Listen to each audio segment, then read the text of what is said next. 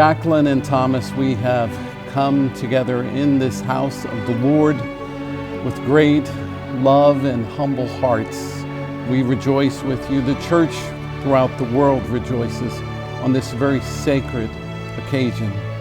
And so with joyful hearts, let us enter into this liturgy before God, asking his blessings upon the two of you.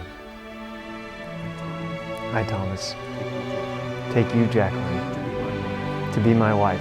I promise to be faithful to you in good times and in bad, in sickness and in health, to love you and to honor you all the days of my life. I, Jacqueline. I, Jacqueline, take you, Thomas, to be my husband. I promise to be faithful to you in sickness and in health, to love you and to honor you all the days of my life. It gives me great joy to present to you Thomas and Jacqueline Johnson.